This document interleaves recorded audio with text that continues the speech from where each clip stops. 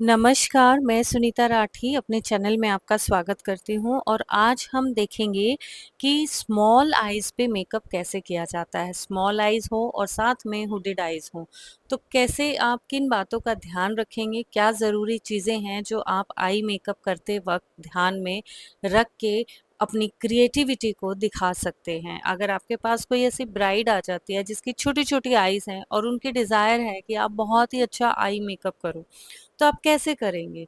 तो बिल्कुल आसान स्टेप बाय स्टेप तरीके से मैं आपको बताती हूँ कि छोटी आइज़ के लिए क्या-क्या आपको प्रिकॉशंस लेने हैं और क्या-क्या आपको हुडेड आइज़ के लिए ध्यान में रखनी है चीज़ें।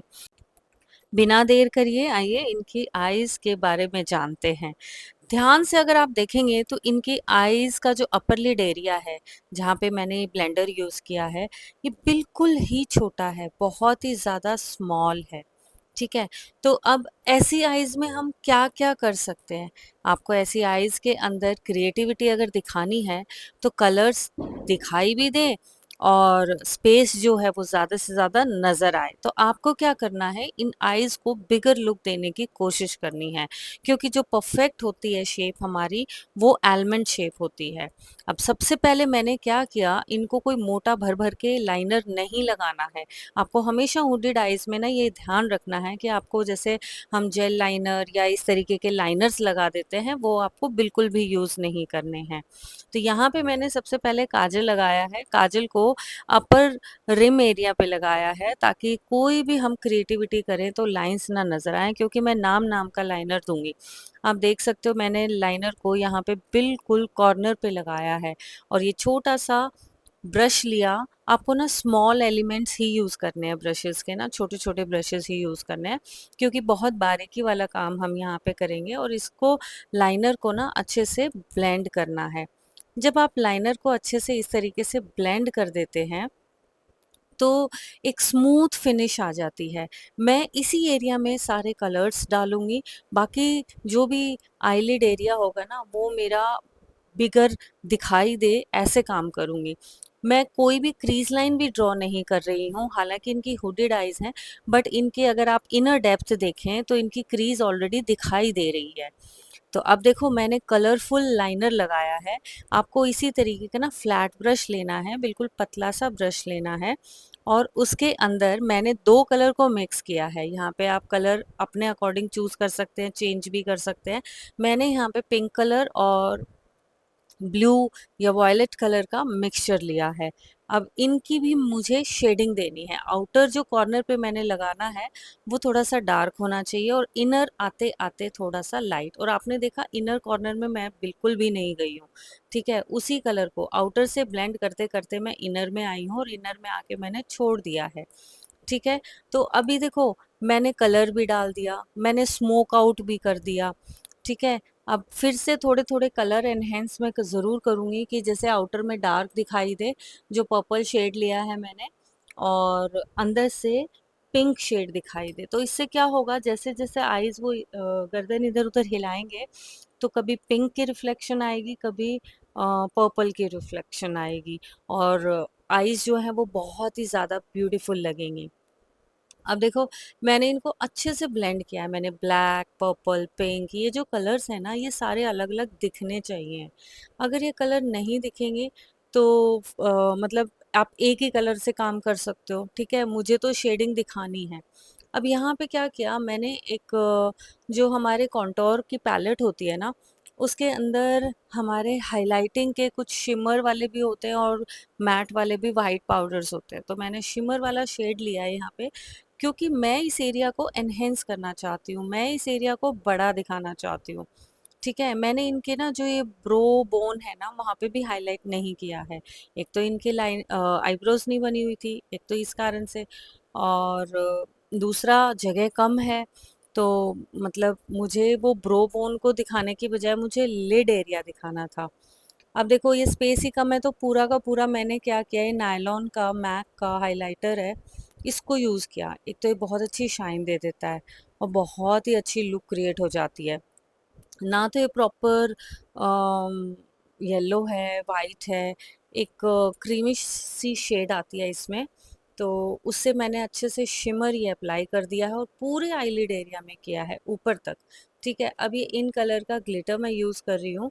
यहाँ पे लगाया मैंने ग्लू फिंगर से, और उसके बाद मैं यहाँ पे ये ग्लिटर्स जो हैं वो पेस्ट कर दूंगी। ग्लिटर्स को ब्रश में लेना, फ्लफी ब्रश में, और स्लाइटली बिल्कुल धीरे धीरे से डैब कर देना है। ग्लिटर्स को अच्छे से चिपकाने के लिए आप अपने हाथों का भी यूज़ कर सकते हो, आप चाहो तो अपनी फिंगर से भी ग्लिटर्स लगा सकते हो। लेकिन आपको ध्यान क्या रखना है, आपको पैच नहीं डालना है। अब आपने देखा फ्लफी सा ब्रश लेके ना मैंने पूरे आईलिड एरिया में ग्लिटर लगाया है, फुल आईलिड एरिया में, क्योंकि मैं इनकी आईज को ना दिखाना चाहती हूँ, ना कि छुपाना चाहती हूँ। ओके, तो मैंने कलर्स भी डाले, मैंने लाइनर भी लगाया, मैंने काम सारे किए हैं। ठीक है, जब भी शिमर या ग्लिटर ऐसे निकल जाए ना, क्योंकि हमारा काम तो ये कलर्ड पार्ट कम ही है ना, तो इसको हम क्लियर रखेंगे बिल्कुल। अगर इसके ऊपर शिमर पार्टिकल्स या ग्लिटर्स आ जाए तो ऐसे जिस भी ब्रश से आपने कलर डाला था ना, उससे आपको ये क्लियर करते जाना है, ताकि क्योंकि मेन जो हमारा काम है ना कलर का, वो बस यहीं पे है। तो अगर ये दिखाई देगा, एनहेंस होगा अच्छे से, तो अच्छी लुक आएगी। तो इसी तरीके से आप आईब्रोज को ग्रूम करेंगे। आईब्रोज को भी, इनकी ना बहुत थिक आईब्रोज थी, ऊपर से इन्होंने अनप्लग्ड थी, अब ये बनाती नहीं है। तो इनकी आईब्रोज को ग्रूम कर किया मैंने, और सिर्फ पाउडर से ही, मैंने पॉमेड नहीं यूज़ किया है, और ज़रूरत भी नहीं है ऐसी आईब्रोज के लिए, बहुत लाइट होती है तभी पॉमेड की ज़रूरत पड़ती है।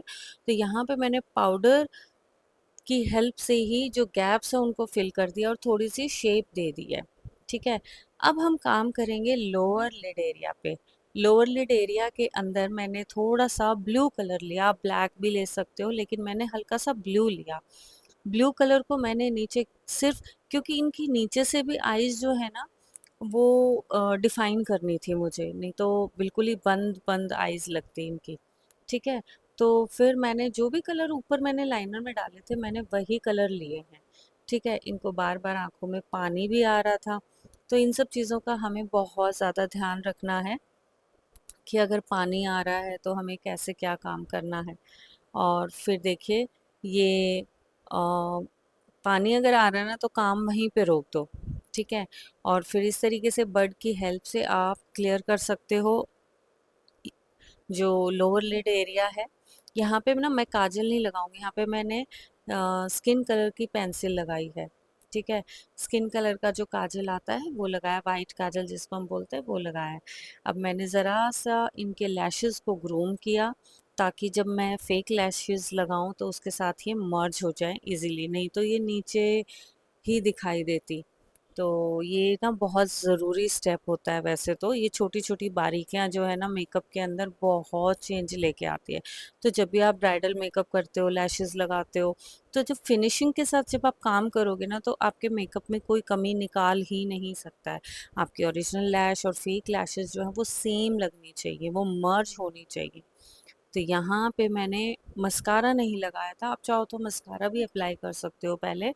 ठीक है, फेक लैशेस को मैंने यहाँ लगाया। आपको ना, अब फेक लैशेस कैसी लेने हैं, अब हुडेड आईज हैं, स्मॉल आईज हैं, तो आपको हमेशा ना थोड़ी सी कर्ल में हो। एक तो अगर कर्ल नहीं है तो आप आईलैश कर्लर से लैशेस को कर्ल कर सकते हो।